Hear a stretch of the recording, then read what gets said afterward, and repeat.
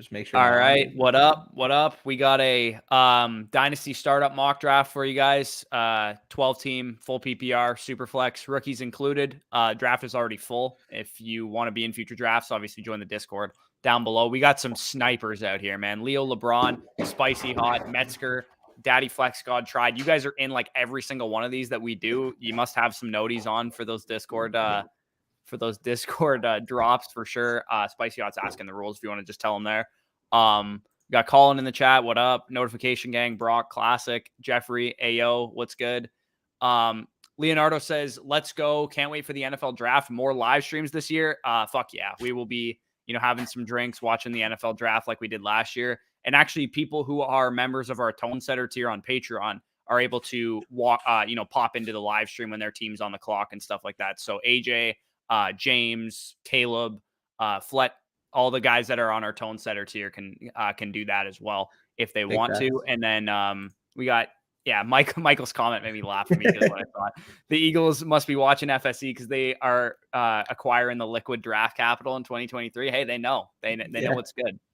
They know what's up. Yeah, I mean, I tweeted out as soon as it happened. I'm like, yeah, they must be a big dynasty and dynasty decisions enthusiasts because some of the moves they've been making have been very, very savvy, very, very ahead.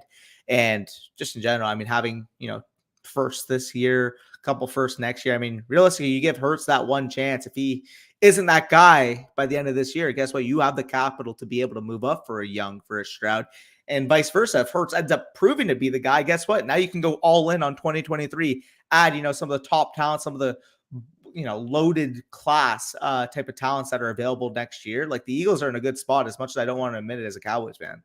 Is this, does this put away the narrative that we were kind of pushing ourselves that Breece Hall might be the pick for one of the Eagles first rounders? Cause we were thinking, okay, so what's the highest Breece Hall could go in the draft?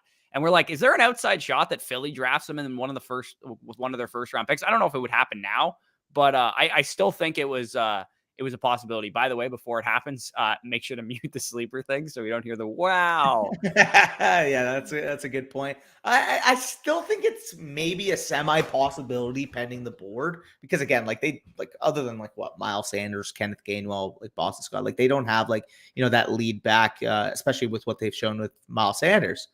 So, I wouldn't be shocked if they still went Hall, though, again, having one less first this year, it's much less likely that they were to take a Hall. It might just be, a wide receiver and maybe, a defensive player like safety, corner.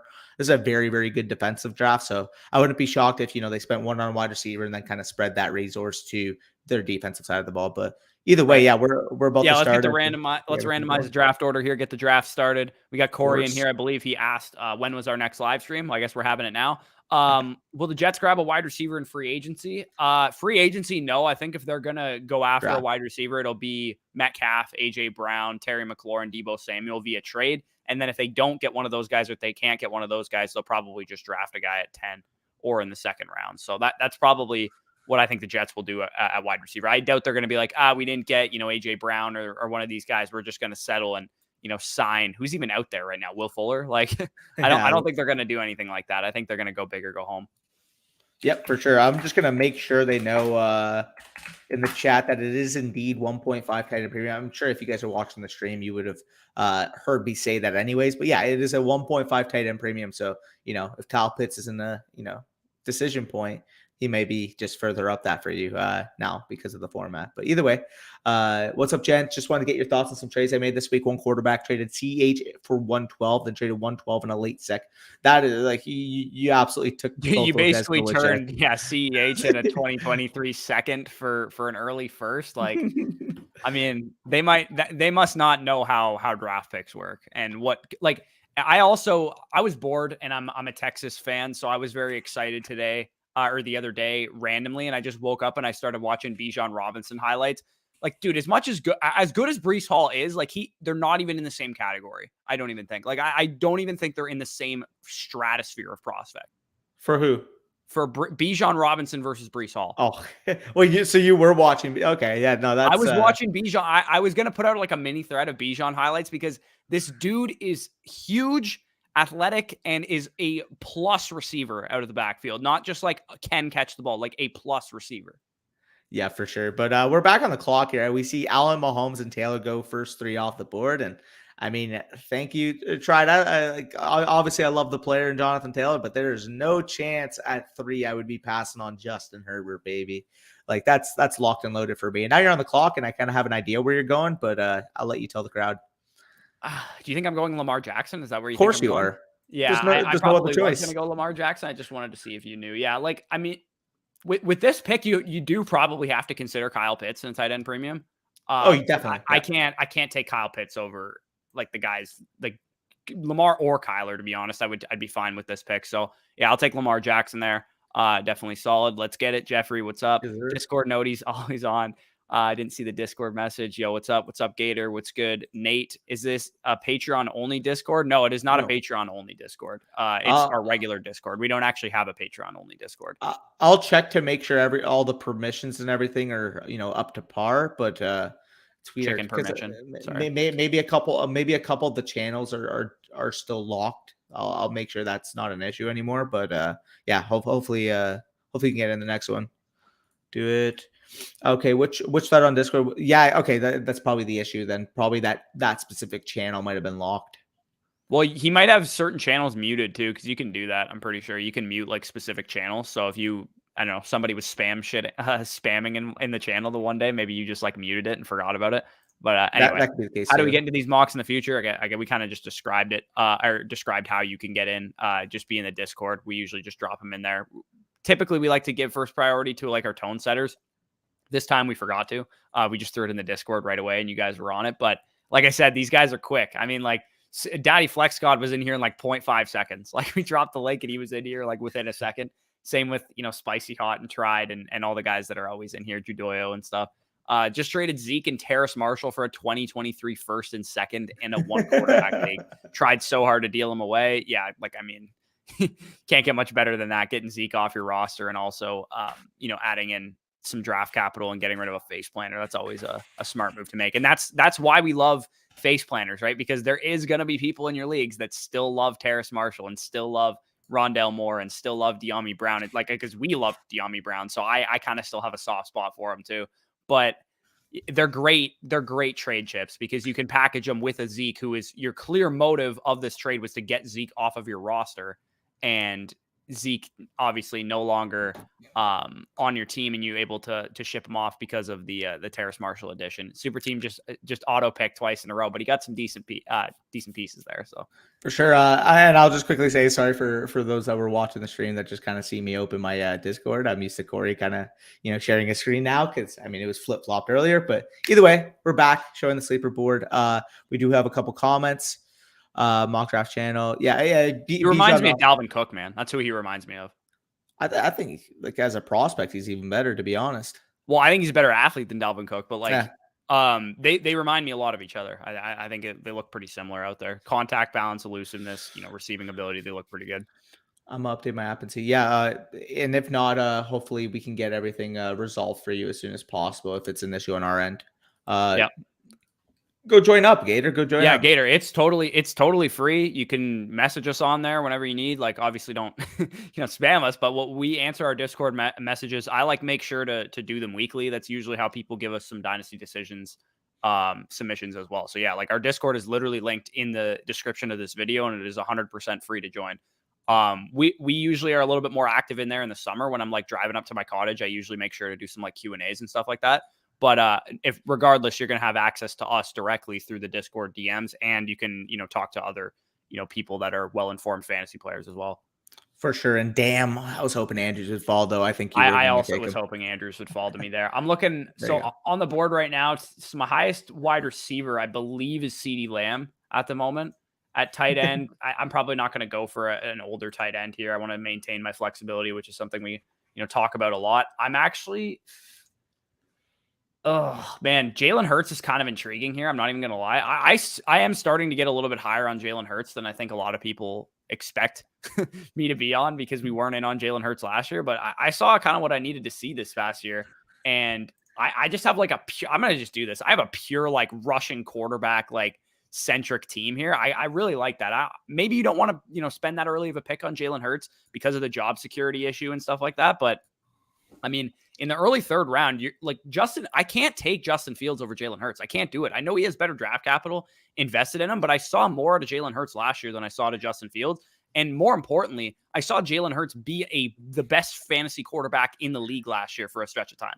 For sure. And well, I'm on the clock here, and I have a couple quarterbacks that I still like, so I'm hoping maybe one of them falls at 3-4. Although I shouldn't probably be saying that in a live stream with all of our viewers in this draft.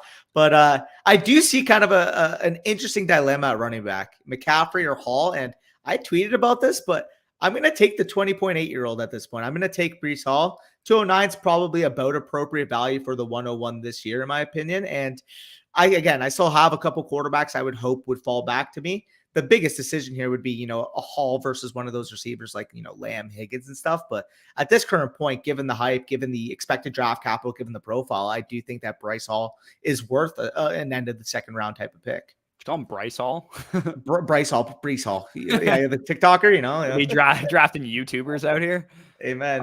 Is this third round reversal? No, I would never sanction that in my household. No, I don't personally like third round reversal. Danny likes it. I don't. I like it. I think, yes, you're getting an advantage at 101 when you get an elite quarterback, but I think the disadvantage of having not as many superstars on your roster isn't quite worth it to me, unless we're talking about a 6-point per passing touchdown, like 2 quarterback league, where it's like really, really skewed in favor of the quarterback position. So I actually, if you're doing a third round reversal in like in a standard 4-point, Superflex league, I actually really like picking at the end of the round.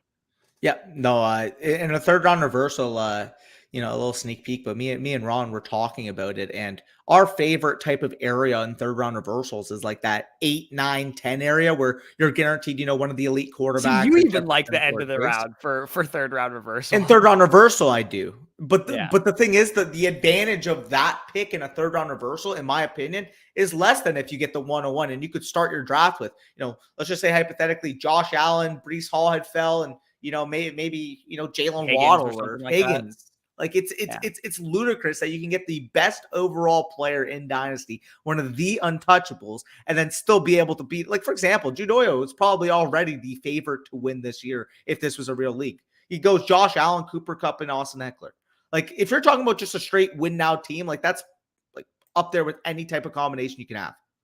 Yeah, for sure. So I'm looking at the board. Actually, you're on the clock. I'm on the clock, and I mean, this is another decision point, but I mean, I've been pounding the table for this guy. I've talked about the insulation that happens with him if he does get high first round draft capital. And Malik Willis, to me, is that next quarterback. I understand, Lawrence, Stafford, obviously Stafford, if I was in a more competing type of build. But I mean, Malik Willis, to me, 102 this year, well worth a third round pick. And I know for a fact, given our audience, that if I don't take him there, he's not making it back to me. That's fair. I totally understand there. At tight end, I'm kind of curious to go for like a win now build here, just because it is a tight end premium. I think, like, a guy like George Kittle would have a lot of value in this.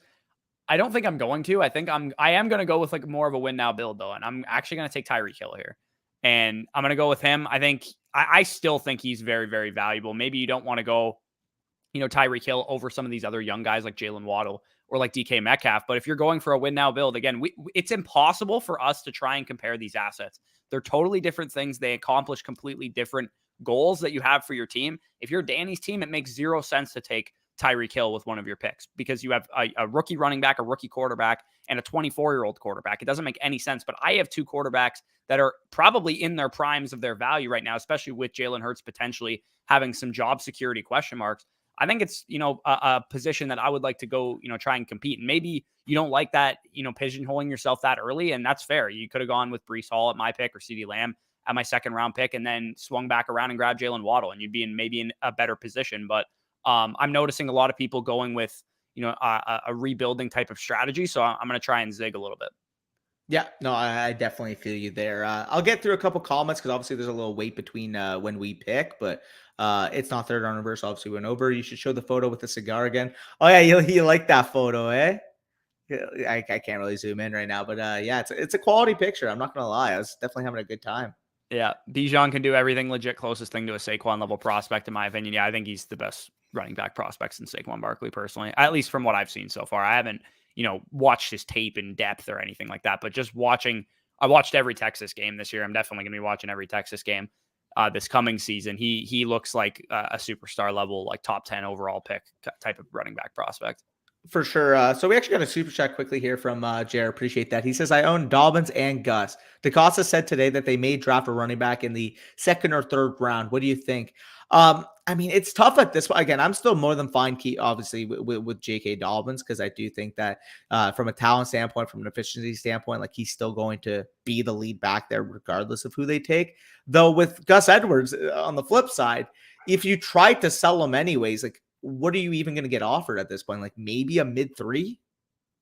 Yeah, Gus Edwards is just insurance for your J.K. Dobbins, thing here. My dog is just like barking like crazy. Anyway, all good.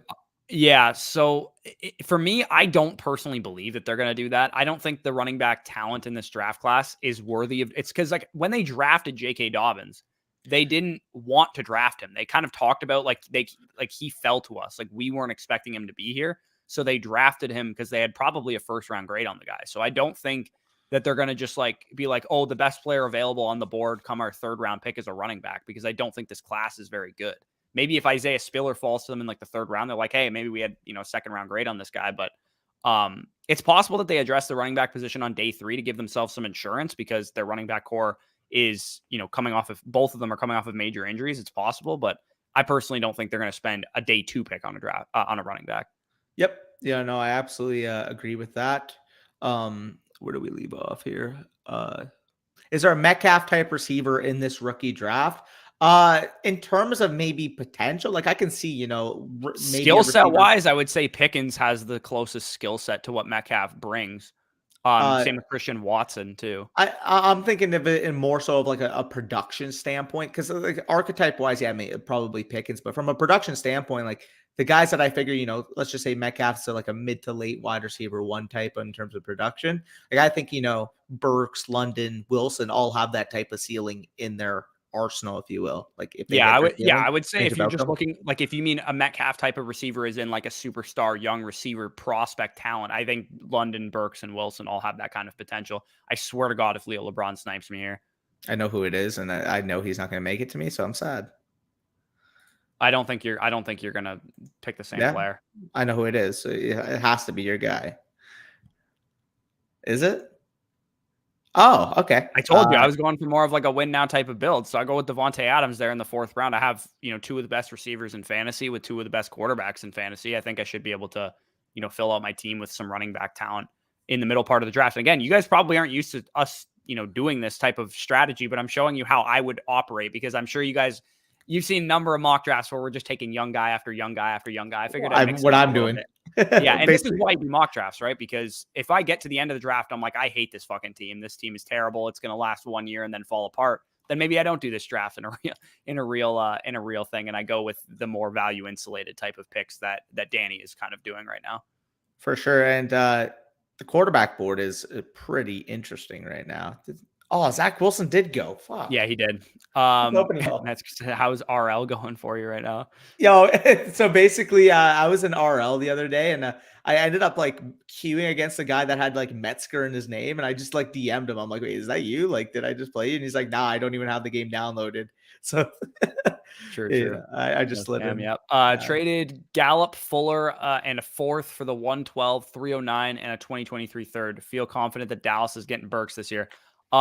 So on that trade, I think the 112 to me is worth that package, just because, Fuller and Gallup. Fuller's just an injury prone guy basically. And Gallup's probably an early 2. Yeah, max an early 2 in value because of the injury that he's coming off of. So yeah, I really like that move for you. I don't think Dallas is going to take Burks. Do you think Dallas is going to take Burks? I mean, after we took, he goes to Arkansas and Jerry Jones probably loves him, but I think that'd be a gross misappropriation of resources if you got Zion Johnson or something on the board for you and you take a wide receiver. I wouldn't agree to this. Like if Burks is the best player available, you take him. Like that's my philosophy. If you have like a game changing, like superstar level, like ceiling player, you take them. And after the Cowboys took CD Lamb just 2 years ago, like I'm not ruling really anything out at this point. Like if Burke's on the board and let's just say like one of Zion or Kenyon goes and like they're not all in on the other, like I wouldn't be shocked if Burks ends up hearing his name called. Yeah, that's fair. And it's a position this year where like No, like for the most part, unless they go like Bernard Raymond, which is a developmental 25-year-old tackle, I'd be like super pissed. Like there's not a lot of directions this year that, if the Cowboys went, I would be super mad. Like if they took Daxon Hill, I wouldn't be upset. If they took one of the top receivers, I wouldn't be upset. If they went, like a Trent McDuffie falls, I wouldn't be upset. There's so many ways that they can attack it this year that this draft is just kind of, from pick 15 to like 35, 40 is kind of all pretty much the same to me. Oh God, James, you got a lot to learn, my friend. Yeah. So, I mean, I don't really give a shit where he finished. I'm looking at what's going to happen this year. I don't care what Zeke has done in his career. And I've kind of talked about it at length of why I'm selling Zeke and guys like Zeke. I mean, Zeke should already be kind of considered as a guy that already fell off, to be honest. I don't think he's, remotely in consideration for me. I don't want to take another wide receiver here because I'm going to be screwed at running back for like a win now team. I gotta go Stephon Diggs here, though. Yeah. Like, that is insane. Look at that 3 stack of wide receivers I have for a win now team. It doesn't get much better than that. Tyreek Hill, Devontae Adams, and Stephon Diggs. Again, probably 2 years from now, I got to rebuild this team. But if I win a championship or two in the process, then it's obviously worth it. Again, we don't typically go over drafts like this. So I figured I'd show you guys how I would kind of attack a win now build. Well, realistically, from this win now build, I mean, those 3 wide receivers are all like basically shoo-ins to finish top 8 in fantasy this year, top 9. Yeah, and the type of running backs I'd probably be looking to fill out my team with, if I can get a hero with my next pick, like a hero RB type of running back, like Kamara or something, then that's obviously great. And I'd be looking to fill out my running back core with Damian Harris and, Leonard Fournette and James Conner types for the rest of it, because I don't need, 2 superstar running backs with 2 of the most mobile quarterbacks, probably the 2 betting favorites to be leaders in rushing yardage at the quarterback position next year, along with probably 3 receivers that'll be the top, like all 3 of them will be in the top 5 in targets next year, probably too. Yep. No, I agree with you there. Where do we leave off in comments? I got it here. Jared says, I own Dobbins and we already covered it. Oh yeah, we already answered that in the super chat. True. You got to watch the sell these. Yeah. I mean, quick little plug. If you guys haven't already seen Bush's Sell These Running Backs Now video on the channel, go check it out. I mean, yeah. And just it kind of speaks volumes to the fact that running backs in general, once they hit that, 26, 27-year-old range, 1,500 type of touch range, like they are just assets that if they have any type of peak season prior to that, you need to sell. Like, I don't care. Like, you win now, whatever, transition down to a Dobbin, transition down to a Will or to a Gibson, whatever you need to do. But like, for me personally, like Dalvin Cook, Joe Mixon, obviously Zeke, you already missed that window to sell them. Like, it's very ugly waters. Dynamic too. If your league knows that Zeke is torched and is not willing to give you anything more than the early 3rd round pick for him, then by all means hold him on your roster. Yeah. But for the most part, that's not how regular leagues behave. Most people are still going to like be willing to give you a late first for Ezekiel Elliott. And Travis Etienne was actually who I was hoping would fall to me. I didn't think it would happen, but there was an outside shot. Tried offering the trade I messaged you about on Twitter last night, but that owner doesn't value picks, so I hit a bit of a wall there. He tweeted at us, right? Yeah. Yeah, what was the trade? I don't remember it. I don't remember off my head, but let me just take a look. Here, cover a couple comments. I'll get. Yeah, I found Gibbs might be a bit better on Bama. I think there's a legit chance that Jahmyr Gibbs this year does like a Kenneth Walker type of season for Alabama. I think there's a chance that Gibbs is like a Heisman candidate this year. He's a better receiver too. Oh, he's a way better receiver. Yeah. But playing for Georgia Tech, like you're not going to get a whole lot of exposure. And I don't think Gibbs is, as good of a prospect as Bijan Robinson or maybe even, potentially Breece Hall because he's a little bit undersized. But if he has a phenomenal season for Alabama this year, he's going to get drafted highly in the actual NFL draft because he plays for a huge school like that.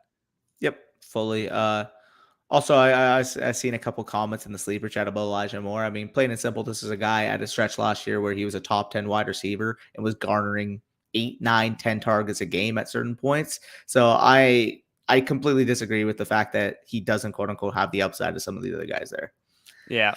Just have to address that because I see it in the sleeper chat. True. There's over 30 in the chat. Let's go. Yeah. Listen to Corey. Definitely hit the like button if you guys, if we've answered a comment for you or if you got any kind of value from this whatsoever. And if you haven't already subscribed yet, I don't really know what to tell you, but hit the subscribe button because that is free to do and it helps us out as well. Stafford in the late 3rd is a steal. Yeah. In our startup, we had Stafford go up 212, I think, right? He went right after I picked Russell Wilson. Yeah. Notorious picked him. So, yeah, Stafford in the late third, I think is a good value for sure. Yep. No, I agree with you there. I do. I think the Patriots are going to draft a wide receiver. I don't know if it's going to be in the first round, but I do think there's a couple wide receivers in this draft class that make a ton of sense for what the Patriots are probably looking to do with their offense. Jameson Williams being the perfect example of that. Yep. Probably the wrong one, but yes, they will. Yeah, true. Probably the wrong one is definitely accurate. They're probably going to draft like Christian Watson in the first round or something. Yep. Got offered the 104 and Sutton for the 101. Thoughts? I'm still keeping the 101 there. Yeah, easy for me. All right, I am on the clock here at running back. See, Nick Chubb is like kind of interesting just because of the build that I have here. Oh man, this is tough. The tight end position's also interesting because this is a tight end premium. You're going to take Freiermuth if I don't take him, probably. So at least with one of your next picks, I'm actually going to go with David Montgomery. I'm going to go with a guy that is going to give me, RB1 type of production for the next couple of years. Again, this is a build that I don't usually do often, so I'm going to see how it goes. You're on the clock now. Rookies before landing spots. Yeah, obviously this is a mock draft, so we don't actually know where these guys are going to go. I would highly suggest you guys don't do a dynasty startup unless you know where the rookies are going. If you're going to do a dynasty startup like that, just pick rookie picks instead of the actual players themselves, so you can have a better idea of that. Jerry Jones going to Jerry Jones. Big facts. Stingley falls to 24. Oh, let's hope so. I don't think like Minnesota and some of the other teams that need corners would pass on Derek Stingley if he was there. Stingley's so fucking good. Like if he falls to 24, that's basically like Derwin James all over again. You remember when Derwin James was falling? Like it was clear he's going to be a stud safety, but he had some injury concerns. People were kind of nervous about that. End up falling. Like if that ends up happening to Derek Stingley, like this guy's going to be an all-pro. Yeah. Please just don't let Burks go to the Titans. Yeah, that's a big physical team that you do not want to tackle if Burks goes to the Titans. That's fun. I was blowing up my team and moved off of Kamara, Terry, and Claypool and Brady earlier this offseason to get Devontae Smith, Bateman, Michael Carter, Palmer, DJ. I'm assuming that's DJ Moore. Or like what other DJ would that be? And the 106. You turn the 106 into Watson? Like Deshaun? What? Yeah, that's a great move then, for sure. I'm assuming that's DJ Moore, but you did list him pretty late, so it might be somebody else. Yeah. You son of a bitch, Judoyo. Jesus Christ. Dude, I was hoping. No, Marquise Brown wasn't making it past me. Don't worry. I have the Lamar Marquise stack. I would have liked it. Where are you drafting Christian Watson if he goes to the Chiefs? The answer to that question is that I'm probably not going to draft him at all. I'm probably going to sell the idea of Christian Watson on the Chiefs to my league mates at 109 or 108 or something, and let my league mates take that risk. Christian Watson is a fun prospect because he is a freak athlete and there's a lot of unknown with him, but I'm not ready to take him in like the mid first round of a rookie draft. Like this guy belongs in the second round to me because he is a risk. He is, a question mark. And if he goes to the Chiefs, there's no fucking chance you're going to get him in the second round. Yep. No, I fully agree with you there. Here, let's go. You did great. Can I trade in your league? Big facts. Yeah, Fournette's such a good win now. Back, dude, I fully agree. I mean, people are kind of just like running that narrative. Oh, it's Leonard Fournette, but like I'd rather Leonard Fournette over Nick Chubb personally. Yeah, I agree.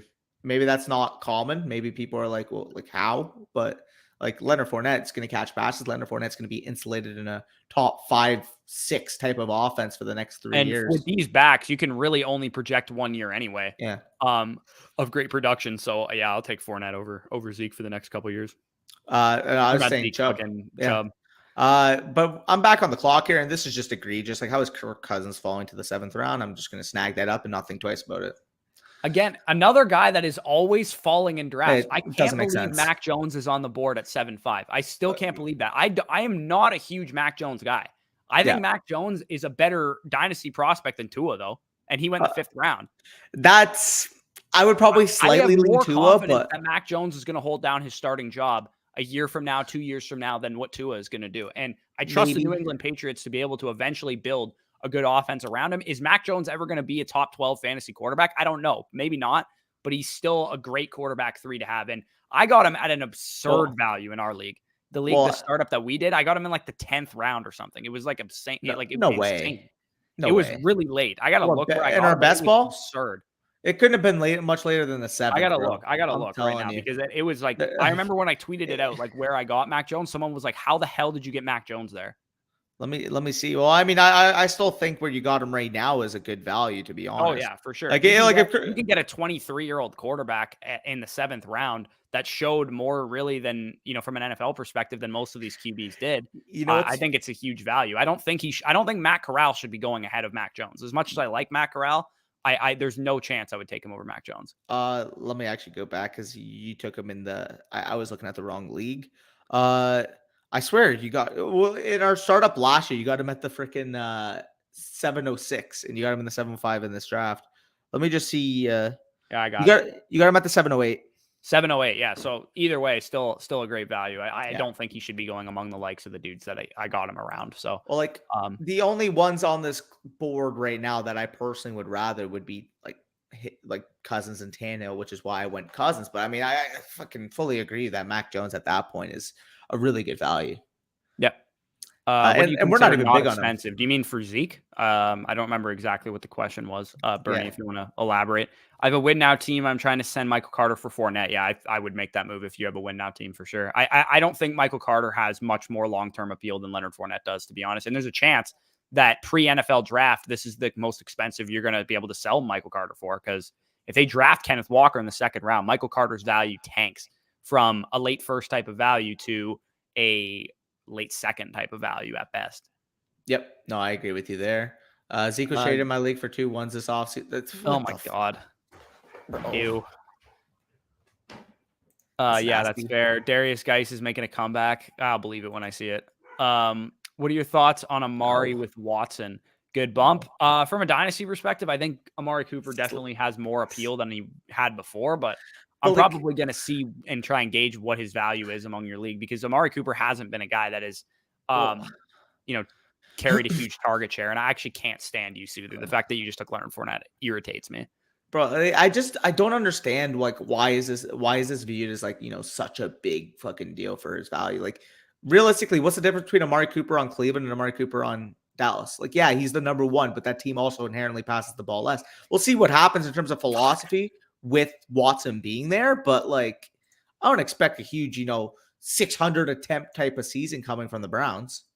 Yeah. So Uh, I did get lucky that Freiermuth fell to me because I did not think that was going to happen, but I wanted Fournette or Spiller, which is kind of irritating. So either way, I got my tight end and a tight end premium. I think 8.8 for Pat Freiermuth is criminal. That is way too low in a tight end yeah. premium. Again, maybe some people in here don't know that it's tight end premium, but I think in a tight end premium, he should be a 5th, 6th round pick. Yeah, I mean, I was considering him if he made it back to me. It's just also talking to Olave, like Olave falling to the 8-9. Like, by the time this guy just get drafted at 22 to Green Bay, this guy's gonna be like a 5th, 6th round type of pick. Yeah, big facts. Damn, that's a steal. Traders, yeah. Saints gonna get Honey Badger. I mean, that would kind of make me laugh, to be honest, because they think they're still competing. Jameson Williams on the Patriots would be ideal. I totally agree. How do you put the rookie picks? So what we did is we just use kickers, and the commissioner tracks what pick we're at. So in the notes, Danny pinned it in our league where it was like 101 is off the board. It was, I believe you took the 101, and then like Yeah. 102, once another kicker gets selected, then you kind of just keep track of it. There's no way, unfortunately, Sleeper doesn't actually let you draft rookie picks. I don't know why. But eventually they'll probably have that. Either way, it's something you can just add in with kickers. Like that's how we do it. And I think that's how most people do it.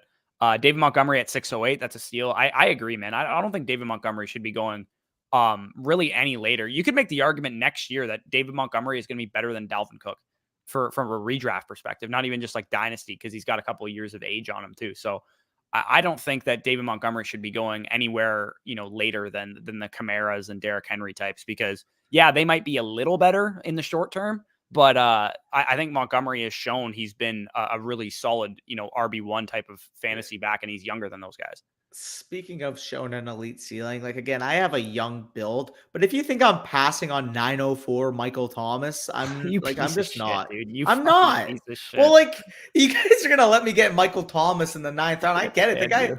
Guy hasn't played in 2 years, but when he did play, he was the wide receiver 1 overall and getting 180 targets. Like, I fucking hate you, dude. like, I wanted Thomas there. it's just so. So I got a couple. I have a ridiculous. couple options here. I could go for some young receiving talent, which is kind of where I'm leaning, to be honest. Because one of my dudes is on the board right now. I do also kind of want to get another running back though. Because I am running a win now team, and I don't want to have like no running back talent on my team. But I think I can get another good running back in the next round. So I'm going to risk it. I'm going to take Jahan Dotson here and see how it can go. I was caught between Jahan Dotson and Mike Williams. Mike Williams kind of fits the win now build of my team a little bit more. But if you ask me right now, Jahan Dotson is currently ranked as my 107. If you ask me right now, would I take the 107 for Mike Williams? I mean, I probably would take the 107. I think you're probably in the same kind of agreement there. But again, it is pretty close given the fact that Mike Williams has re-signed with Justin Herbert and he's still attached to him. So that's close. I could have gone with Mike Williams just as easily, but AJ Dillon off the board. I was hoping he had a chance to make it back to me. I didn't think he was going to, but we'll see what's there the next time I pick. Yeah, and I'll just quickly say, like this, like if I'm in a productive struggle, this is like one of my ideal type of builds. Again, like if Thomas wasn't there, Dotson probably would have been my pick. But either way, I mean, Thomas falling to the 904 just makes no fucking sense at all. But, you know, you get your young, established depth at wide receiver. You have 3 long-term quarterbacks. I mean, Herbert, Willis, and although people want to hate on Kirk Cousins, like this guy's not probably going to be out of the league for the next, 5-6 years? Yeah, I think just knowing what we know about all the quarterback openings after this offseason, like how many of these teams that added a patchwork quarterback, like the Steelers and the Falcons, are going to be in on a guy like Kirk Cousins if Minnesota were to decide if he was available? If Minnesota was like next year, we're not, we're going to roll with Kirk Cousins anymore, even though they just extended him. Are we going to, trade Kirk Cousins away and go after a quarterback in the draft? I think Pittsburgh would be in. I think, Atlanta would be in. I think, other teams like New Orleans and Cleveland potentially, not Cleveland, sorry. Houston, like a team like that might be in on a guy like Kirk Cousins. So I don't think he's going to go anywhere personally. Straight up 106 for Watson, was very happy. That is a steal. He played with bots. Some of them are absolute bots for sure. Mac Jones is such a great QB3 for your build. Yeah, I agree. I think when you have the upside quarterbacks with Jalen Hurts and Lamar Jackson, getting a safe, like insulated guy like Mac Jones is your third quarterback behind Jalen Hurts and Lamar Jackson, who are rushing quarterbacks. They might get injured, and Hurts with the long-term value security question marks. It's a pretty good way to go. Mac Jones, I just find myself getting a lot of as my QB3 because I just think he's completely undervalued. In my mock rookie draft, I picked Watson with the 110. 1 quarterback league. Yeah, if it's a 1 quarterback league, I don't hate that, but I still think he's probably more of the 201, 202, even in a 1 quarterback format. Yep. Picked Watson with the 505. Yeah. Well, I mean, that's similar in our listener league. I picked Watson in the mid 5th now. And I mean, we got Lamar Jackson for him straight up in a that's trade. Insane. Yeah.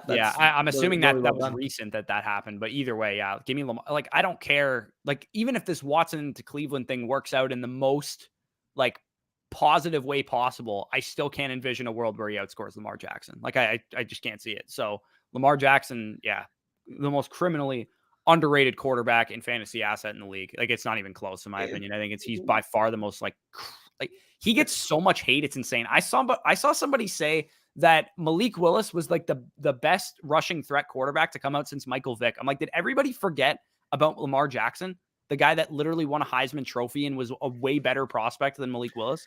And can we just talk about, like, I never understood why Lamar was like so like hated on as a prospect. Like, people want to come up with these narratives. What can't this guy do? What can't this guy do? What can't this guy do?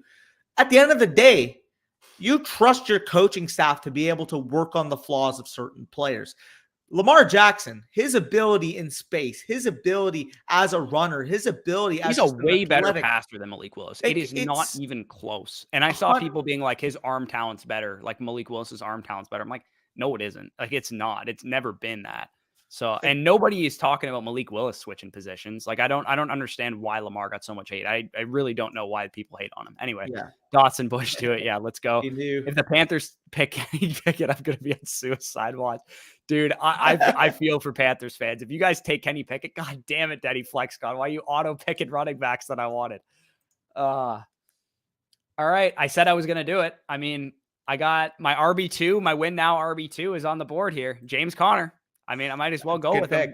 I got David Montgomery and James Conner heading up my running back core.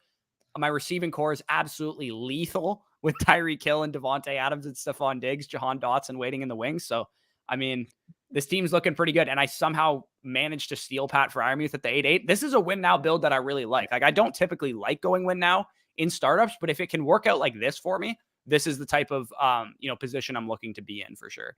Yeah, no, for sure. And speaking off of your win now running back pick with Connor, which I think is really good, it has to be done. I mean, getting 21-year-old Golden Tate 2.0 at the 1009 is a value I'll take any day. Yeah, and again, like when you look at rookie pick value, like Sky Moore, I haven't finished grading him out yet, and his tail of the tape will be live probably tomorrow or the next day. He will probably grade out to me somewhere in the 109 to 111 range. And if you told me the 109 to 111 was on the board right now, I would take that over the current players. So again, it's pretty easy when you think about it that way. Pick it to the Panthers would be like Jones to the Giants. He would have no chance. I totally agree. I think Kenny Pickett is such Daniel Jones. It's not even funny to me because Daniel Jones was not deserving of going 6th overall. Nobody thought he was. Everybody was like, oh, the Giants have 2 first-round picks. They'll just take, an offensive tackle or the best available player at 6. And then at 17 or whatever pick, they're going to take Daniel Jones. And everyone was like, oh, but like, what if Washington takes Daniel Jones? It's like, then let Washington have Daniel Jones. Like, he's not that good of a prospect. And I feel the same way about Kenny Pickett. And I think the Panthers are going to take him. And I don't think it's a smart decision. And again, I will, from a fantasy perspective, sell this to my league mates. Top 6 overall draft pick quarterback, and I'm not drafting Kenny Pickett anywhere. If anybody needs a quarterback, I'm calling him up, and I'm like, hey, I have the 107. You want to come secure Kenny Pickett? Give me your 111 and your 2023 second, or like another piece on top of it. Yep, no, I fully agree with you. I'm probably going to go with another wide receiver here because every other position is kind of gross as hell. I mean, you got your Rondale, so I'm not touching that. Well, I mean, in this type of build, you're expecting to take that hit on Calvin Ridley and being able to, flip him for value after this year. Bitch. You're win now, brother. You need somebody to play. I know, but I wanted him. Yeah, I mean, 11th round Calvin Ridley, I'll always take, so I'm not going to complain. I fucking can't stand you. I was going to take Fugazi. Is it weird if I take Gabriel Davis here? Like, why do I kind of want to take Gabriel Davis? I was just about to say, is it weird if I take Fugazi, Gabe Davis, because, Emmanuel Sanders thinks he's going to break out? I wanted Allen Robinson with this pick. That's what I was hoping fell to me. But, you know what I might just do? When you go with the hero RB build, what are we supposed to do, right? We get replaceable RB2 production in James Conner. What else do we do? We get handcuff value, and I'm going to take Tony Pollard here. So if you do go, whether it's redraft or dynasty, if you go with like a hero RB, like how I kind of did with David Montgomery here, you want to fill out your running back core with guys like James Conner, who are going to give you immediate production. You also want to fill out your running back core with guys like Tony Pollard and Ramondre Stevenson, who can give you, RB1 production if an injury happens or something like that. So I think that was a pretty solid move. The wide receivers were kind of just blending together to me. I don't think there's a huge difference between Gabriel Davis and Michael Gallup and Christian Kirk, who I can probably get in the next round. So 100%. Well, on those guys. I mean, you got like our prototypical type of win now type of build, and I got our prototypical productive struggle. You get your quarterback sorted out, you get your one anchor running back, and then you just pound back value, which is usually at wide receiver. Yeah, for sure. So Jeffrey goes, in a 1 quarterback league, do you go Hall and Willis or Hall and a top wide receiver if you have picks 1 and 2? Yeah, I'm not taking Willis anywhere close to the 102 in a 1 quarterback league. In a 1 quarterback league, Willis really, unless he gets, if let's say he gets top 15 draft capital. If Malik Willis goes in the top 15 of the NFL draft, the highest I'm probably willing to pick him is after like Dotson, Sky Moores are off the board. So like 110, 112, 111 type of area is probably the earliest I would think about Willis in a 1 quarterback league. Yep. No, I feel that as well. I share that sentiment. Yeah, Carr did actually fall quite a bit. I don't like back to like what I said about Mac Jones, like Tua versus Derek Carr. Like I don't think that should be a far discussion, as 3.5 rounds of ADP would say. I think Tua and Derek Carr should go around the same. Like I would rather have Derek Carr than Aaron Rodgers in Dynasty. Like I don't even think that's interesting. I would rather have Derek Carr. Honestly, like Derek Carr's got the best supporting cast he's ever had. He's still relatively young. He's going to be in the league for another, 5 years, I think. And like, if you want to take Rodgers for the immediacy, the elite value, sure. But like, I think if Aaron Rodgers goes at 5'2", then Derek Carr should go at 512. Like it should be like that close. And Derek Carr went Well, like 4.5 rounds it, later. what's so funny to me is that Kirk Cousins, Derek Carr, Ryan Tannehill, I mean, even like Mac Jones to a degree are like just like the same type of player. Like you Right. just, And I really you know love what I that mean? tier of Like, quarterback, to be honest. I yeah, really do love that tier of quarterback. If you get, add value. yeah, like if you get let's say you get Lamar Jackson in the first round, like I did, and I don't go with Jalen Hurts, I go with, CeeDee Lamb instead of Jalen Hurts. And I just pounded wide receivers for a couple rounds, grabbed myself a hero RB. And instead of taking, let's say, Pat Freiermuth with my pick, I go with Mac Jones and I go with, I guess Carson Wentz would have been the next best available quarterback. But either way, if I would have went with, instead of David Montgomery, I went with Kirk Cousins or Derek Carr, and I go Derek Carr and Mac Jones as my QB 2 and 3 to pair with Lamar Jackson. I think that's also a very, very good build to go with. I'm not typically of the mind that you need to get 2 elite quarterbacks. I'll get 1 and then I'll get a very solid QB 2 and 3. Yeah, no, I feel you there. Though I always kind of enjoy. You're an elite taking the quarterback elite. guy. I know that. I'm For an a fact, elitist. so. I'm an elitist. I'm not even gonna lie about that. And none Do of I like just go with the on-brand pick here and take Tyler Algier, or do I go with Christian Kirk, who would probably be my pickup wide receiver? it's your call, brother. Yeah, just give me Christian Kirk here. I'll go with Christian Kirk. I'm not, huge on Christian Kirk, but at the 12-8, a guy that's a highly paid wide receiver attached to a young quarterback. If Trevor Lawrence can take a step forward this year, I think Christian Kirk could be, a boomer bust wide receiver 2-3 type for my flex, for a win now type of contender like myself. For sure. And call me a quarterback hoarder, whatever you want, but like the clear difference here, in my opinion, is Jameis Winston. So I'm gonna go with Jameis. True. I love when Bush and Danny. Yeah, the snipes are hilarious. Yeah. I would have loved to get Michael Thomas instead of Jahan Dotson. Like, as much as I love Jahan Dotson, Michael Thomas fits my team way more. So I would have loved to get Michael Thomas with that pick. That's the only one that I'm really irritated with, though. You weren't a Calvin fan Ridley was of kind of annoying too. Yeah, there it is. Give me motherfucking Gardner Minshew over a 5th-year breakout, Pickett or Sam Darnold. Honestly, at this point, just give me Tim Tebow for this year at tag card. Yeah, I'm not. I can't get on. Kenny Pickett's just so fucking overrated. I can't even handle it. Yeah, Carr is only 30, I think. He is even younger than the other quarterbacks in that tier, like Tannehill and Cousins. I agree. And I think same goes for like what I said with Kirk Cousins. If Derek Carr suddenly became available, which I don't think would happen anytime soon, but for whatever reason, if this year the season doesn't go how they plan and Derek Carr is available, I think there's a number of teams jumping on that. I think he's a much better quarterback than he's given credit for. Do you guys see Gronk playing another year? I think so. There was a report that came out today that Gronk isn't like ready to commit to football or something like that. I think what Gronk is going to do is drag this out until training camp and then just pop up midway through training camp and be back on the Bucs. I just think he wants to skip the offseason process, to be honest, and just go back to playing games. So that's my guess. By the way, I saw I think it was a tweet or something. It was a video. Actually, it might have been Urkelano's TikTok, but it was like, who would you rather party with, Manziel or Gronk? It's just a no-brainer. Obviously, you're going to party with Gronk, right? Like, yeah, 100%. Can you imagine that going to a party with that absolute meathead? He's wearing a fucking... dude, Nick said it. The thing I think was really true is he's like, I don't even think it'd be fun to party with Manziel. It would just be like sad.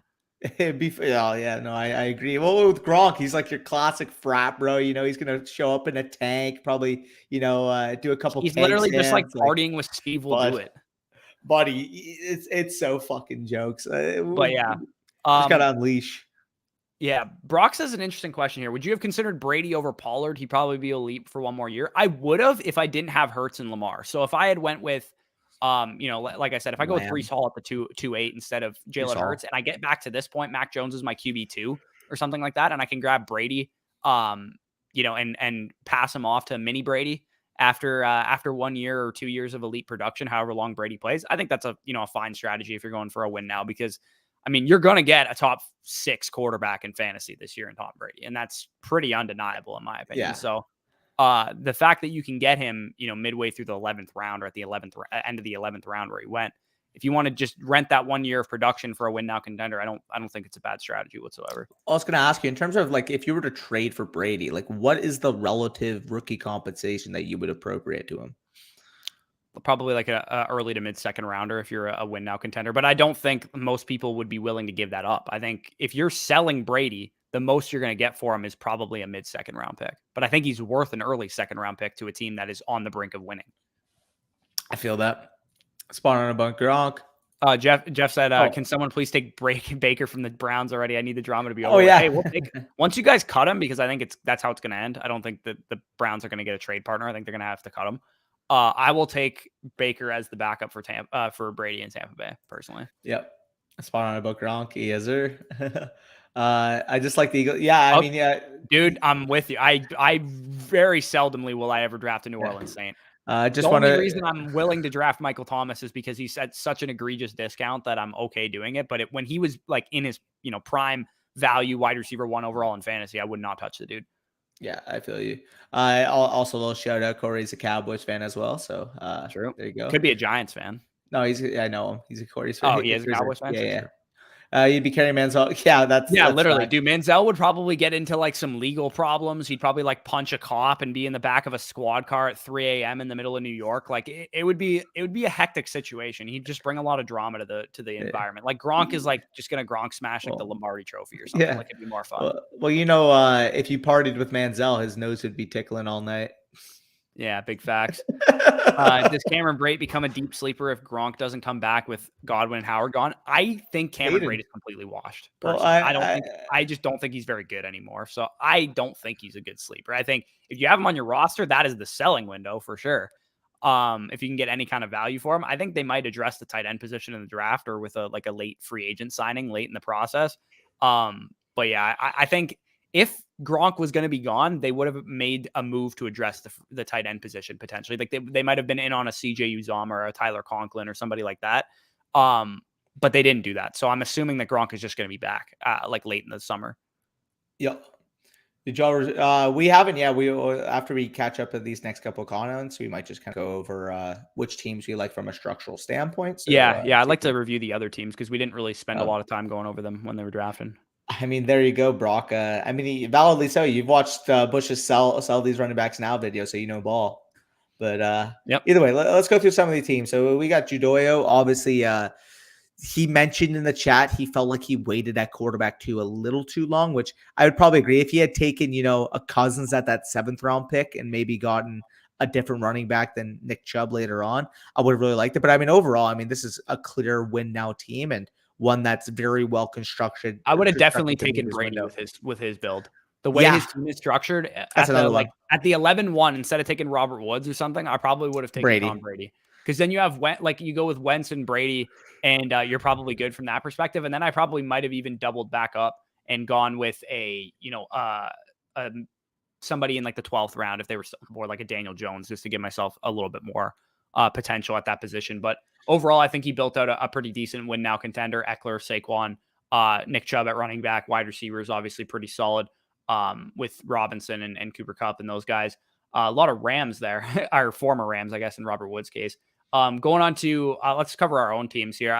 We kind of talked about our own teams throughout the entire video, but I mean, you're not going to find a better 3-stack of competing wide receivers than that. Tyreek Hill, Devontae Adams, and Stephon Diggs. Like that is pretty insane. Like the only thing that could have gotten better is if I got Kupp at the 3-5. So, I really like that. Again, hero RB type of build. I'll let you talk about your team. Yeah, for sure. Now, with my team, obviously you get your 2 main anchor type of elite quarterbacks, if you will, with Herbert and Willis. Obviously, Willis isn't consensus wise viewed as elite, but I think in terms of asset, in terms of insulation, in terms of expected draft capital and Konami ability, I think he's well worth that 3-4. Obviously with Brees Hall, the 101 this year for the most part, getting him there at the 209, I think is a good pick. But I said, given the way that the board's falling to me, I got my one anchor young 20.8-year-old running back. I am not touching another running back. I expect that 2023, that 2024 draft to kind of build out that depth at running back for me. So after that, I just went straight best player available. I took all the receivers because they were the best player available at their current points. And I mixed in, an upside quarterback 3. Because, Cousins, like for all people want to say, he's already viewed as a consensus, top 15 year-to-year type of quarterback. Now he's entering a system that Hayden actually brought up on Twitter, which is very, very intriguing in my opinion. Going from, the stagnant Mike Zimmer type of scheme where it wasn't a lot in terms of pace of play to having Kevin O'Connell come in automatically increases that pace of play. They've been a top 12 team in LA. Realistically, ever since him and McVay have been there kind of helping to run that LA offense. If we're getting, league average type of pace of play from this Vikings team, what's standing in the way of like a Justin Jefferson 190 target season? What's standing in the way of a lot more volume for Kirk Cousins? And if that's the case, if just to say hypothetically, Justin Jefferson's getting 190 targets, turning that into 120 receptions, 1,700 yards, and 12, 13 touchdowns. Like we already know inherently that that would result in Kirk Cousins having a good year in his own right. Yeah. Yeah, I definitely don't disagree with that take there. Looking at the other teams, I really like what Metzger did with his team. He got Trey Lance at the 112. I maybe waited a bit too long at quarterback with his QB2 being Davis Mills and then his QB3 being Brady. But I think if you're going to go and wait at your quarterback 2, getting Brady as your quarterback 3 is definitely a viable strategy for that. He has a 3 stack of Javonte Williams, Antonio Gibson, Alvin Kamara at running back, Deontay Johnson, Pittman, and Mooney, and Watson at wide receiver. Noah Fant and a tight end premium is pretty solid as well. I really like what he did. I also like Spicy Hot, kind of a similar theme, kind of waited a bit at quarterback, but he's got some stud pieces to build his team around with Pitts in a tight end premium at the 2-3. It is absolute robbery. He shouldn't be going that late. Justin Jefferson at the 110. I mean, Dobbins, Metcalf, Godwin, Jamison Williams, and all these guys. Pretty good value there. Any teams stick out to you as ones that are, good? Yeah, I'm just looking through right now. I just want to. I like Souther's team as well. I mean, I guess Wilson is probably a decent pick at 4 or 5. I might have foregone a third quarterback there and gone with a Burks or, DJ Moore or something like that. Or if you wanted to even go with like a running back like Cam Akers was on the board, or if you want to go like Barkley or Mixon or something, I don't mind if you would have gone with that because I think you could have really built out a win now type of contender. But at the same time, you do have Deshaun Watson on this team, and you don't know if he's going to be ready for week 1 or if he's going to be suspended half the season or something like that. Yeah, no, I agree with that. I also I like what Daddy Flex God did here. I mean, you waited at running back. You're probably gonna have to get a Fournette, a Connor type in this hypothetical scenario to help bolster that core. But in terms of straight value, I mean, Chase Brown obviously well worth their own selections. Trevor Lawrence at the 307 I think is appropriate. Burks and Devontae Smith, that's probably as good of a 4 stack. I mean 5 stack when you include Evans at wide receiver as you can. Travis Kelce, win now tight end at 606, especially in a premium. He's going to help you win this year. And you're able to pair that stable quarterback 2 with Tannehill with the upside of a Ritter. And I don't think many people are talking about the upside of Ritter enough because if this guy gets the expected draft capital that the NFL media has kind of put him in around where he can get into that round 1, or at worst, he's going to be a high second round pick. We've seen that he does have an athleticism profile to be able to produce with his legs too. So if you're getting that type of insulation, that type of value at the 907 spot, I think that's a good pick too, especially as your upside quarterback 3, if you will, after Lawrence and Tannehill. Yeah. Yeah. J.R. Hode's team is really good too. The only qualm I have with his team is taking TJ Hawkinson as high as he did because the way he built out his team is really good. But if you flop, let's say you take Rashad Bateman, instead of taking him at the 8-4 and you put Pat Freiermuth there where I got him basically. And instead of TJ Hawkinson, you went with DJ Moore, or you went with, one of the rookies, Drake London, Treylon Burks or something like that, Elijah Moore. I think that would have been a much better build for your team. And you would have had like a really, really stable team to build around with Swift, ETN, and Jacobs, with Cooper, with, some of the other guys that you built out your team with. And then the 2 quarterbacks that you have, obviously, I think are really good as well. So let's get into some comments and then probably close this live stream out. Ronnie says, what would you sell Zeke for? I picked him up in a startup a week ago because he fell to the 909. I mean, Leo says early second. That's probably what I'm setting the baseline as well. If you can get a first, by all means, get a first round pick for him. But if you went at the 909, I'm pretty sure most of your league mates know that he's not the same dude he once was. But if you can get him for an early second round pick, that is probably what I'm looking to sell him for. And even if it's not this year, it could be next year as well. I'm probably going to sell him for that. Unless you're like in a complete win now window where you could use Zeke this year, I'm probably just going to sell him for any second rounder I can get. Yep. No, I'll fully agree with you there. So we'll switch off this screen and then just answer these comments full screen now. Yeah. So we'll get Corey says, good stuff, guys. I've been knocks on my door to listen in. Now I have to get ready for my 2:30 meeting. Yeah, no worries. A little bit late on that 2:30 meeting by the looks of it. Thanks for doing the win now build. I learned a lot from it. I actually think that isn't that bad. Yeah, I agree. If you could have the team shake out the way that my team shook out, and some of the other people that went win now as well, I think built out their teams pretty well, then it works out. But if your whole league is going win now and everybody's drafting the Dalvin Cook, Joe Mixon, type of assets high, then it benefits you to go more of a productive struggle build early on. It all really depends on, like, if you can get out of the second round with no direction, right? Like you have two young cornerstone pieces to the point that you could either go with a win now build going forward, or you could go with a productive struggle build going forward, and you assess the board and you realize that a bunch of people are going for win now teams, then continue to go with that productive struggle stuff. And if you assess the board and see that like two of the three rookies are off the board in the second round and a bunch of young pieces, and all these older players, Cooper Kupps and Tyreek Hills and Devontae Adams, are still on the board in the third round, then maybe it benefits you to pivot towards more of a win now build if your league is behaving in that way.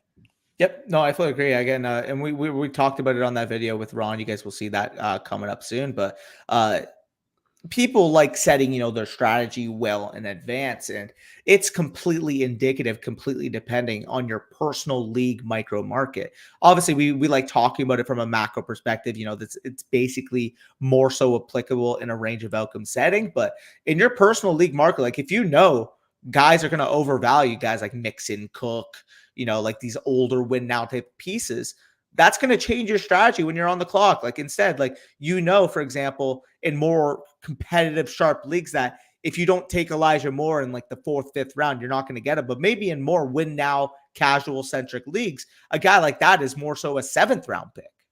Yeah.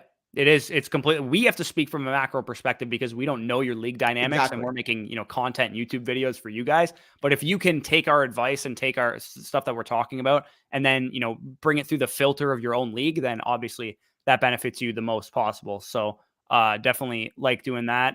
Peyton says Dallas Goedert, a 2023 second, 2023. So two 2023 seconds by the looks of it, or Elijah Moore and Rondell Moore. I don't know if it's like a tight end premium. I think I would take the Goddard side of this, to be honest. Easily second round picks. I don't think it's easily because I do really like Elijah Mitchell still. But I would rather have Goddard in a second rounder if it's any kind of like early to mid than Elijah Mitchell, most likely. And then Rondell Moore, to me, I would easily sell for a second round pick. So that's kind of my thoughts on that trade there. Goddard, in my opinion. I would love to get Fournette and Brady in a win now build. James Conner is great for win now as well. You could take wide receivers with long-term value early, get the win now running backs, and then just retool in a year or two. Yeah, that's what I mean. Like when you're on the board and you can get through like 3 rounds without having a strategy yet, that's the best position to be in, because then you have the flexibility to go win now or to continue, accumulating youth. And I think some of the guys that did that in this draft, I'm just looking right now. Metzger went Trey Lance, Javonte Williams, and Deontay Johnson. He has the flexibility to go in whatever direction he wants to go. Same goes with you. You went Justin Herbert, Breece Hall, and Malik Willis. You could have gone in a win now direction. A lot of things went with Jonathan Taylor, CeeDee Lamb, and Justin Fields. He could have gone in a win now direction with that team as well. So I think you can avoid the full rebuild. Yeah, exactly.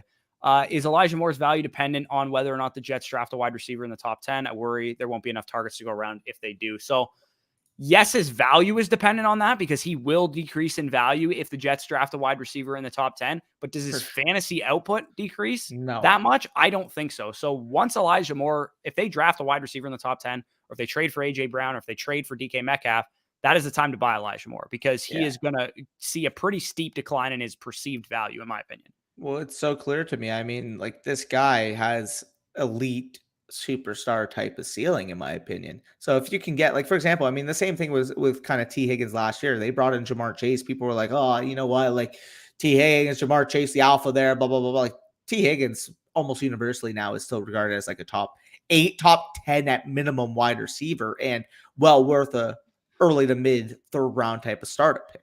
Like, I think that's the trajectory that we're about to see from Elijah Moore. Does it cap Elijah Moore's ceiling? For sure. Like, I don't think he can ever become the wide receiver 2 in fantasy or in dynasty because, they take a Drake London or something like that at 10. He's probably not going to reach the Justin Jefferson, Jamar Chase level if that happens, but could he still be, in that second or that large second tier of wide receivers that we have, or that large third tier of wide receivers that we have come this time next year, even if they draft a top 10 receiver? Yes, both Jets wide receivers, let's say Drake London has a great rookie year and Elijah Moore does his thing, they could both find themselves in the area of the range where Mike Evans and Chris Godwin were going a couple years ago, where they were kind of like second tier wide receivers behind the elite guys. Well, I mean, it's simple to me too, because you mentioned like if they took a London or if they took any receiver in this class, but are we really even sure that Elijah Moore would see that quote unquote number 1 role? Like, I don't No, think it's so. not a guarantee. Like, it's definitely Like, not a guarantee, which is why I kind of hope that it happens. Like, not for my own Elijah Moore from a value standpoint, but like standpoint, for my, looking to buy Elijah Moore standpoint, I hope that they draft a wide receiver in the top 10 because I think Elijah Moore's value then falls to, and people are going to make some snarky tweets like he's fallen to the value where he should have been going this whole time and shit like that. It's like he shouldn't have been going there. But people are going to put him down to the value of, I don't know, like what wide receivers is he going to be going around if that happens? like he's Terry McLaurin, maybe. Yeah, like Terry McLaurin, like just ahead of like Marquise Brown, Amon-Ra St. Brown type of value, like is probably where he's going to fall to if they draft a top 10 wide receiver, which puts him from, I mean, would you sell, what's his rookie pick value right now? Would you take the 101 for Elijah Moore right now, or would you rather have the 101? He's 103.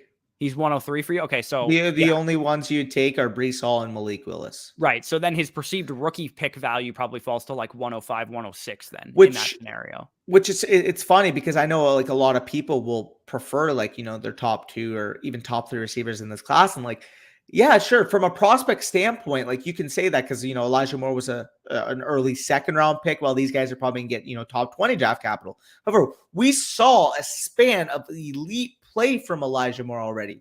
We haven't seen that from the NFL. Again, like I don't want to make it seem like, oh, these rookies can't have an Elijah Moore type of rookie campaign. Because I mean, that's a complete fugaz. Of course they can. But I mean, we literally saw a stretch of games where Elijah Moore was a legitimate wide receiver 1 in fantasy, despite being in one of the worst situations you could imagine with a rookie quarterback that struggled and is probably an offensive line that was terrible. Like the offensive line was a mess. The play calling was a mess. I mean, Corey Davis was a shell of himself this past year, and yet Elijah Moore still had a stretch playing with Mike White half of those games too, like and Joe Flacco. It was unreal. I mean, I don't know the exact volume when it was happening, but he was a top 3 receiver in fantasy for like a 6-week stretch, which is pretty crazy. So we'll finish out these comments and then we'll hop off of here. I try to go balanced with young quarterbacks. I don't typically ignore quarterbacks that early. Yeah, he went tried pick Justin Fields in the 3rd round, Tua in the 5th round. And then he said, I guess he don't ignore quarterbacks that early. I don't think you ignored the quarterback position. I think you probably value dictated that you probably go with a CeeDee Lamb instead of taking. I just think Justin Fields and like that tier of quarterbacks is too rich for my blood to go in the 2nd round. So I'm okay going with a wide receiver in that position. I think Justin Fields at the 3-3 is a little bit more appropriate. So I don't think you went faded to quarterbacks too early. The one thing I will say is that for me, Tua at the 5-3 is probably a bit early, just given the fact that the other comparable quarterbacks went significantly behind Tua. So I probably would have waited a little bit on quarterback there and then stacked up a better quarterback 2 and 3 than the 3rd quarterback that you ended up getting. For reference, in that stretch, so he had a stretch of, let me just check here. He had a stretch of 7 games where, he showed himself as like that elite type of player. In that stretch of 7 games, this was a guy as a rookie on the Jets, which was one of the worst offenses in the entire league at that point, was averaging 8.2 targets per game. Yep. Like that's elite type of volume for a 21-year-old rookie wide receiver. He was 20.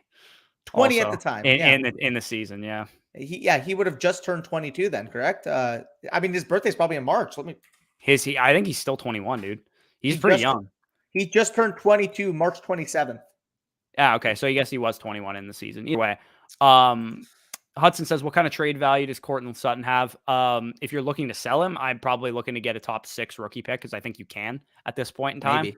I probably wouldn't sell Courtland Sutton for like a late 1st rounder, like a 10, 111, 112, because I do think he's probably going to have a good season this year. But if you can get a high 1st round pick or a mid to high 1st round pick, I'm probably looking for something like that. What's your cutoff then? 108, 109? I would rather have the 108 than Courtland Sutton. I think 109, probably 110 plus is probably my cutoff. Who would you rather have right now, Courtland Sutton or Chris Olave? I think I'd rather have Sutton. Okay, so like that's about your cutoff then? Yeah. All right. If you have Chase, CD, AJ, Higgins, are you willing to shop Sutton, Bateman, and Claypool considering they are deeper on my depth chart? Yeah, I'm okay packaging 2 of those guys if you want to secure an elite running back or an elite piece. Or just 2023 capital or something like that. I'm okay doing that for sure. Or is it just worth holding on to them? I mean, you already have pretty good depth. It doesn't really make a difference to me. If Ritter goes in the 1st round of the NFL draft, what is his value then? He's probably going to be a 1st round rookie pick if that happens. I can't say for sure if I'd be in on him there because I haven't watched his tape yet. But if Ritter goes in the 1st round of the draft, if the Saints did in fact trade up to secure Desmond Ritter, then this is a dude that He's should a mid probably to go back in the end one. top 10 picks of a rookie draft because he has mobility and he has, he's a good athlete. So Well, again, it's I'm probably going to sell the idea of Desmond Ritter to my league mates and probably let somebody else take that risk, but it's still probably worth that kind of pick just given the draft capital and the athletic profile. it's pretty simple to me because somebody might just go now and say, well, why would he be a first round pick if you don't like him like that? Yada, yada, yada. It's been proven over and over, time and time again. The best indicative of quarterback success is draft capital. If a It's also quarterback been is proven that none of us know shit about quarterback evaluations exact, too. so if the NFL values this guy as a first round pick, even if we don't think he's that good, realistically, first of all, what the fuck do we know about quarterback play? Do we actually know what's going on in the huddle? Do you know what's going on from a schematic standpoint? Do we know what's going on through his progressions? No. So realistically, here, if the NFL just says, for example, Josh Allen is the 7th pick in the draft a couple of years ago, everybody's like, Justin, nobody liked Justin come on. Herbert at 6 to the Chargers a couple years Nobody ago. did, Nobody was excited about it. He should have right? been, Like, realistically, if you looked at the peripherals, this guy was a mobile quarterback prospect who went top 6 overall in the draft to an offense that had good supporting cast around him. Like, he should have been a top 6 rookie pick. now, again, I'm not going to make the parallel of Ritter to Herbert because clearly they are different stratospheres of prospect, but wouldn't that be a similar type of situation? You get a little bit of mobility with Ritter. You're getting a very, very good insulated situation with the Saints. Like, Yeah. he Yeah, it's shouldn't pretty be similar. he shouldn't be lower than a back end first in that scenario. Yeah, and again, whether you want to take that risk is up to you, but I will imagine that especially if only like 2 or 3 quarterbacks go in the first round period, Ritter will probably be one of the first quarterbacks off the board and people will overvalue that position for sure. Guys, what's It's a the good point to be question. willing to trade a 2022 first for 2023 first? So if you're talking random number, like random first, I have no idea where it's going to be. If you're 106, telling me it's likely to be late, I'm going to say that I would probably trade like the 107, 109. 108 Yeah. for a late 2023 first. But if Yeah. you're telling me it's expected, there's a chance that it's mid to early, then I'm okay giving up like the 104, 105 for that. Yeah. So the way I view it is if it's expected early, we're talking top 4 type of pick next year. Pretty much any I, pick other than the 101. pretty much. Yeah, Unless you can I agree guarantee with me that. that like next, like it's the 101 next year, like I'm probably going to give up every pick except for, 102, Good Breeze. 101. Yeah. So like I would Yeah. take Brees Hall right now over in like a projected early first next year. But if you can tell me that pick is 101 for sure, like it's a tanking team I'm taking completely, Bijan. Yeah. no pieces on the team, I will take the Well, 101 next year than the 101 this year. well, it's a funny scenario again, and I'll talk about the different type of value spots, but it's so funny because like we already kind of accepted at this point that as soon as Bijan Robinson gets drafted into the NFL, like he's dynasty running back one. Like there's no You other. think he's going to be dynasty running back one the second Yes. he gets drafted? Well, it's simple to me, unless of course maybe Brees Hall has like a big campaign, but even Jonathan Taylor at that point is going to be a 24-year-old running back coming off of 3 straight years of big workloads. So Yeah, realistically, it's here at it's that point, possible. It's definitely possible. At minimum, he's gonna be top 3 running back. But I yeah, don't I think mean, anybody that's and like even if Javonte Williams comes out and has like a huge season this year, DeAndre Swift, whoever, Najee Harris, like whatever running back you want to put into that stratosphere, yeah, he's probably it's gonna be a top 3 running back as soon as he gets into the league. which is insane. Which he's going to be a round 1 startup pick 100% as soon as he gets drafted. Yeah, pretty much. But let's talk about the price point. So let's just say early 2023 first, you'd be willing to give up any pick that's not 101, unless that, of course, that 101 next year is guaranteed in your return. Let's say you're guaranteed a mid first next year. What is the earliest pick this year you're willing to give up? If I'm guaranteed a mid first, the earliest pick I'm willing to give up is probably 106. Really, eh? Yeah, it's probably 105, 106 because I think I do really like these wide receiver prospects in this draft class, and I think I can get them at 105, 106, one of them. Well, the So I funny don't want to necessarily say, assume that these wide receivers would all be off the board by 104, 105 because not everybody thinks like us. Some people will take Kenneth Walker, some people will take potentially Kenny Pickett or something like that ahead of some of these wide receiver prospects. So I would probably just like whatever the latest point that you can't get Treylon Burks, Drake London, or Garrett Wilson, that is the point in which I'm willing to sell for a mid first next year. guaranteed mid first, I would probably give up like 106 for me, give or Yeah, take. that's probably where I'm at too. Probably appropriate. However, what would you rather give up, or what would you rather get in return? Let's say you had to give up the 106. Would you rather lock in a mid first, or would you rather get any random 2023 first? Because I saw this scenario put up by Jacob. I'll take a random first. Same. Well, I mean, Yeah, if I got, I mean, no first is truly random. You can look at the roster and be like, it's probably not going to be, early or late. It'll probably be early to mid or mid to late. Like you can make that distinction most likely. But either way, I'll probably take any random first over it. And But if you have any kind of chance of getting a top 4, top 5 pick out of that first, then I'm cool with that for sure. yeah, and I 100% agree because I mean, realistically here, the odds are already similar of it being mid, and you're also getting that inherent upside in case it ends up being top 4. Yet Right. some people they don't like embracing risk, they don't like that ambiguity factor, so they might rather the mid first. Like, give me the fucking upside. Again, Like, you're I'm never gonna always know shooting for for sure ceiling. on any, 100%. stratosphere or what you're talking Well, about here in terms of what the pick's gonna end up being because the well, NFL season is like one of the most unpredictable things in the world. And, one contending team loses a couple pieces to injury and they're suddenly having a mid first or an early first, and vice versa. Sometimes, young pieces break out for teams that you don't think are gonna be very good. And they expected to have the 102, 103 next year, and suddenly they get the 107.